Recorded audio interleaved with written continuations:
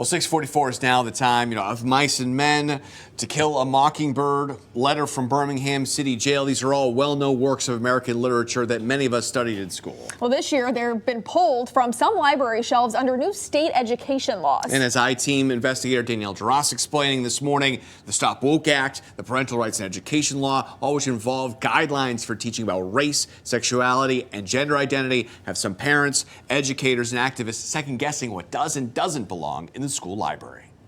Then, Sam, challenges to hundreds of books have been filed with school districts this year under new education laws passed in part to give parents more say in what their children are learning in school. But in many cases, these book challenges are not being filed by parents at all. It is a lot of work. Dr. Helen Wild is the second highest ranking official in the St. Lucie County School District. Lately, she's been spending a lot of her time poring over library books to determine whether they should stay on the shelf. Most importantly, we read the book in its entirety. It's really important that we don't make a judgment on a book based on excerpts. Dr. Wild tells the I-Team anytime someone submits one of these forms challenging the presence of a certain book, the district is required to respond. A committee is formed, which reads the book cover to cover and decides if it's in line with state statutes like the Parental Rights and Education Law that prohibits sexual and gender identity content for kids kindergarten through third grade. About 20 books have been formally challenged in St. Lucie schools this year. Well, historically, we have not had challenges, but this past year we did have one citizen challenge a list of books. That citizen is Port St. Lucie resident and frequent school board meeting speaker Dale Galliano. I'm asking and requesting that you investigate what seems to be an underground progressive leniency, indoctrination, manipulation that seems to be going on here. Over a year's worth of work. Galliano doesn't have a student in school, but she spends hours at board meetings crafting her comments and filling out book challenge forms. This all of a sudden, after praying on it a great deal, it became my mission. So far, 5 of the 21 books she's challenged, including Two Boys Kissing and Sloppy First, have been removed for sexual and violent content. 5 others have been restricted to older students. The district rejected her 11 other challenges.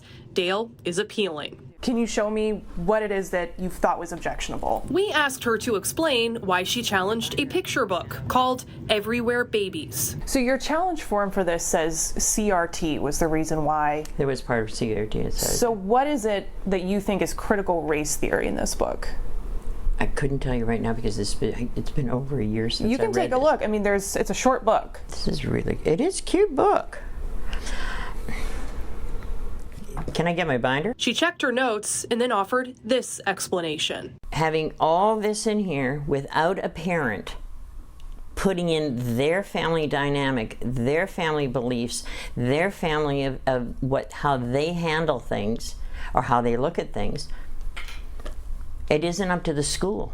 And what is the harm with exposing a child to the reality that there are all kinds of races, there are all kinds of families? Nothing. But you challenged it. I challenged it because I think that is something within a young child's family should be taught with a parent. Dale learned about these books from the Florida Citizens Alliance, a conservative activist group focused on education policy, which puts out an annual report called Pornography and Age-Inappropriate Material in Florida Public Schools. That report raised the issue of whether Everywhere Babies is age-appropriate, but found no reason to challenge it. The FCA did take issue with dozens of other books for depictions of sexual assault, transgender characters, and other mature material. And we decided, you know what, we need a group of parents that's willing to push back against this movement. Stefana Farrell is the co-founder of the Florida Freedom to Read Project, a progressive group opposed to book restrictions. Through public records requests, she's found more than 600 titles have been challenged statewide. Farrell tells CBS 12 News only 20 of those books were challenged by individual parents, while hundreds have been filed by what she calls conservative special interest groups, like the Florida Citizens Alliance or Moms for Liberty. This idea that we're just going to start pulling books and deciding, having one group decide what's age appropriate in the library is really upsetting, and it's against our liberties. Once a book is challenged, it is often pulled out of circulation until that review is complete.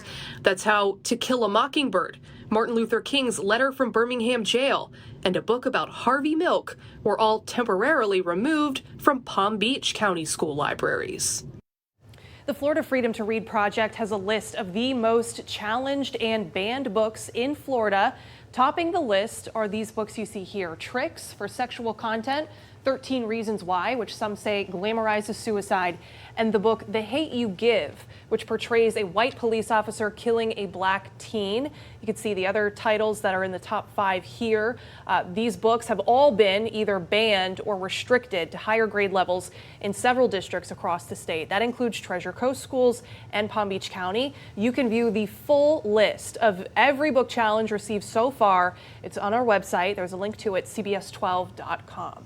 So what are the most common reasons that these book challenges are upheld? A lot of times it is because of sexual content. So whether that's depictions of sexual activity or LGBTQ characters in books. And the state laws that were passed this year are pretty clear about that. They say none of that is allowed in K through 3 grade levels. But higher grade levels, the law says it needs to be age appropriate. So what does age appropriate mean? District officials have to kind of decide that for themselves. And that's why we see in a lot of these cases, they're not outright banning a lot of these books, but they are moving them to other parts of the library, so only the older kids can access them. I think the big takeaway here is that the state legislature, Governor DeSantis said the idea behind all this is we're giving power back to the parents. But these are not parents with kids in the school system that are requesting these books be banned. It's a very small percentage of that. It's mostly these partisan groups. That was the thing that surprised me. I didn't realize before working on this that any ordinary citizen, you don't have to be a parent, anybody can challenge these books. All right. Thank you very much, Danielle.